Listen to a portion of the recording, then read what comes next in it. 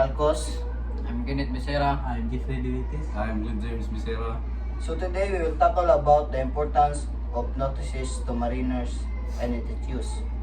What are notices to mariners? Notices to mariners or NTMS are official publication used by National Hydrographic Office or UKHO to provide critical information. The purpose of NTMS is to ensure safety navigation and prevent accident at sea. In short, ang NTMS ga-provide kini og safety sa tanang crew ug para na sad iway sa bisan unsa na accident. Conclusion: notices to mariners are critical publication that provide essential information to mariners and maritime professionals. That various section of NTMS works together to ensure safety navigation compliance without regulation and efficient navigation. By staying up to date with the latest NTMS, mariners can reduce the risk of accident and ensure safety passages. Now, let's proceed to the section of NTMS. So, the importance of notices to mariners are divided to 6 sections. Section 1. Explanatory notes and index to Section 2. This section provided essential information to help user understand and navigate the publication.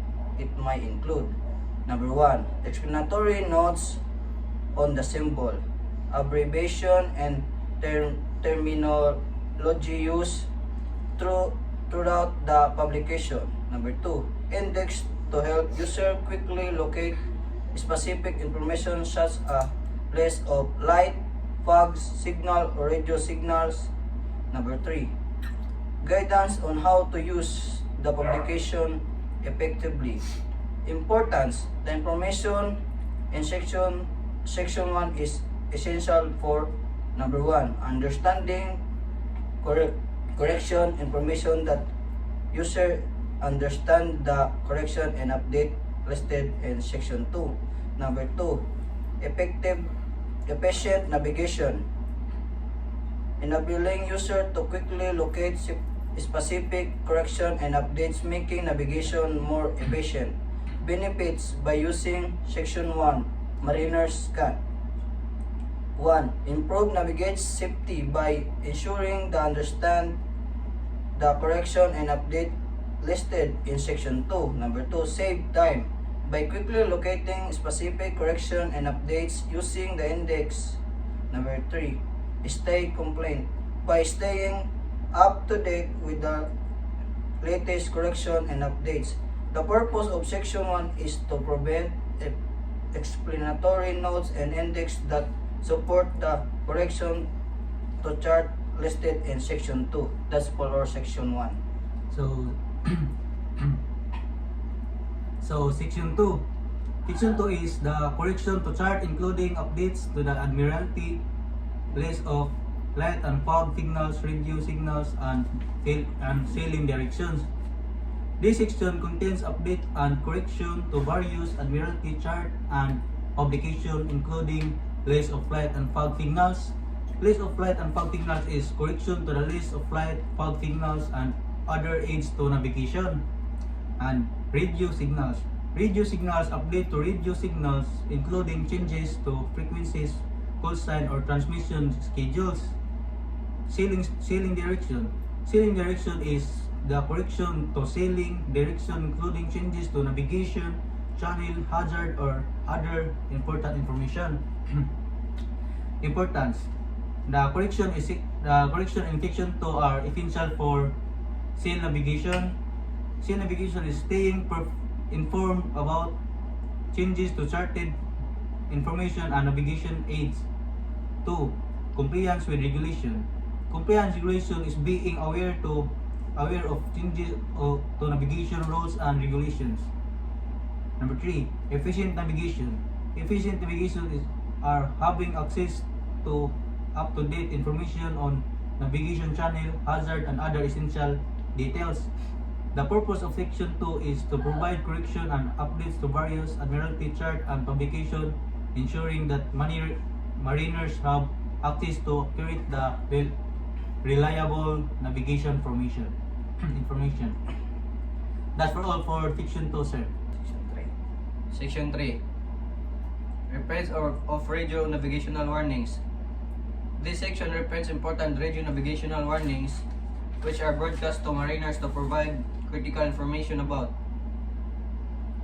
navigational hazards such as wrecks or obstructions, changes to age navigation such as lights or buoys, weather-related hazards such as storms or raw seas, other safety-related information. Section 3 includes reprints of radio navigational warnings related to navigation hazards, warnings about navigation hazards such as rocks, wrecks, and shallow waters, weather conditions, warnings about severe weather conditions such as storms, hurricanes, and typhoons, ice and frost, warnings about ice and frost conditions that may affect navigation, other safety informations, warnings about other safety related issues such as pirate activity, military exercises, and environmental hazards. Importance. The reprints in Section 3 are essential for 1.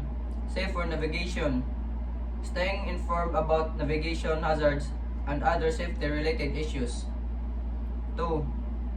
Situation awareness, maintaining awareness of the maritime environment and potential hazards. 3. Compliance with regulations, being aware of and complying with relevant regulations and guidelines. Benefits. By staying up to date with the latest reprints of radio navigational warnings, mariners can reduce the risk of accidents by being aware of navigation hazards and other safety-related issues. Improve situation awareness by maintaining awareness of the maritime environment and potential hazards. Ensure compliance with regulations by being aware of and complying with relevant regulations and guidelines. The purpose of Section 3 is to reprint important radio navigational warnings that have been broadcast to mariners. That's all. Section 4. Correction to Admiralty Sailing Direction is another crucial part of notices mariners publication. What are Admiralty Sailing Direction? Admiralty Sailing Direction are a series of publications that provide details, information of navigation, pilotage, and harbor regulation for a specific region. They cover various aspects of navigation including 1. Pilotage, information of navigation channels, harbor entrance, and other critical areas. 2. Tides and currents, data on tidal patterns, currents, and other hydrographic information. 3. Hazard and warning, information on navigation hazards such as rocks, wrecks, and slow water. 4. Regulation and restriction, details on harbor regulation, traffic separation, judgments, and other restrictions. What are the corrections in Section 4? Section 4 of the MTMS provides correction and updates to Admiralty Sailing Direction. Those corrections may include 1. Changes to navigational channels. Update to navigational channels include change to voyage or other aids to navigation. 2. New or recollected hazard information on new or relocated navigation hazards such as rocks or works. 3.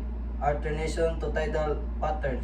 Change to tidal patterns, current or other hydrographic information. 4. Updates to harbor regulation. Change to harbor regulation, traffic separation, judgment or other restriction. 5. Correction to pilotage information. Update to pilotage information include change to navigation channels or harbor entrances. Why are those reconnection important? The reconnection in section 4 are essential for safe navigation as they provide critical information on change to navigation channels, harbor, and regulation. This information help mariners to 1. Avoid navigation hazard, 2. Plan safe and efficient voyage, 3. Stay compliant with regulation. By staying up to date with the latest correction to Admiralty sailing direction, mariners can reduce the risk of accident and ensure safety passages. That's for all. Section 5. Correction to Admiralty list of lights and fog signals.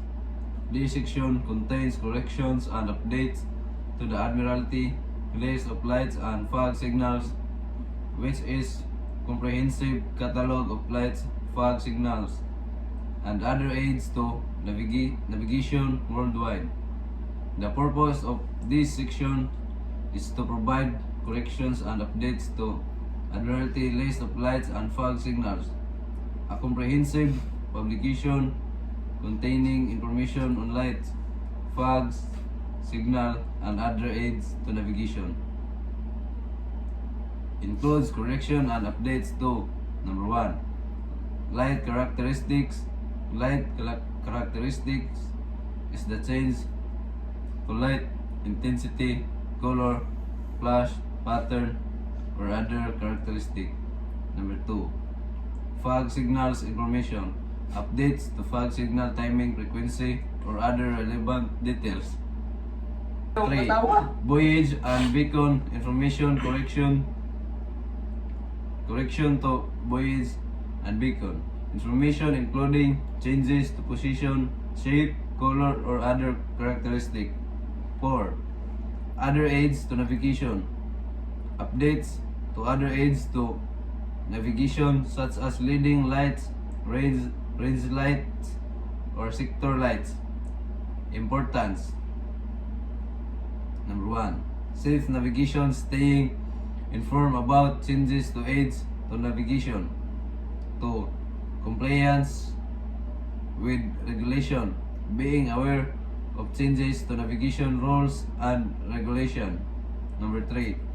Efficient navigation, having access to up-to-date information and aids to navigation. Benefits. Number 1. Reduce the risk of accidents by having access to accurate and up-to-date information on aids to navigation. Number 2. Improve navigation efficiency by leading access to the latest information on aids to navigation. Number 3. Ensure compliance with regulation by being aware of changes to navigation rules regulation. So section 6, the last section. Correction to Admiralty list of radio signals. This section provides correction and updates to the Admiralty list of radio signals, which is publication that contains information on radio signals used for navigation, communication, and other purposes. Importance.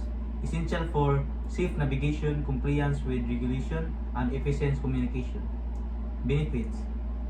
Staying up to date with correction to the Admiralty list of radio signals enables mariners to reduce the risk of accident, improve communication efficiency, and ensure compliance with regulation.